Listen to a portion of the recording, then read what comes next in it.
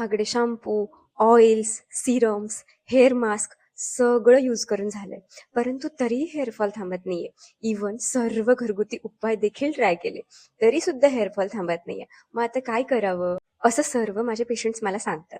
आता एवढं सगळं करून देखील तुमचा हेअरफॉल थांबत नाहीये, तर ह्याचं मूळ कारण वरती नाहीये, तर तुमच्या शरीरामध्ये आहे. मग तुम्ही वरतून काहीही लावलं तरी तुमचा हेअरफॉल थांबणार नाहीये.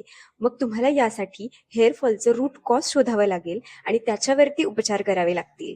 आणि हो, यात तुम्हाला असं देखील वाटतं की एखादा पर्टिक्युलर ऑइल किंवा शॅम्पू आपण यूज केला तर आपला हेअरफॉल थांबणार आहे.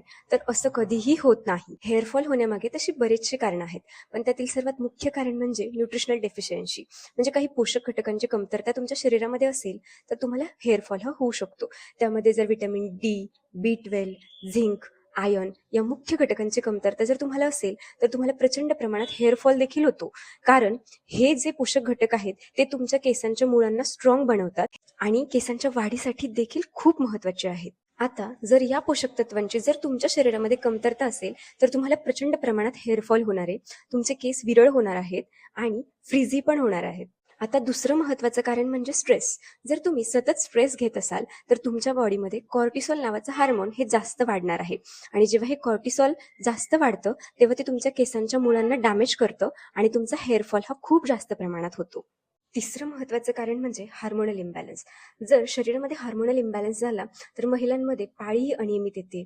त्याच्यानंतर PCOD, थायरॉइड यांसारखे आजार त्यांना होतात. पुरुषांमध्ये हार्मोनल इम्बॅलन्सचं कारण आहे DHT म्हणजेच डिहायड्रो टेस्टोस्टेरॉन.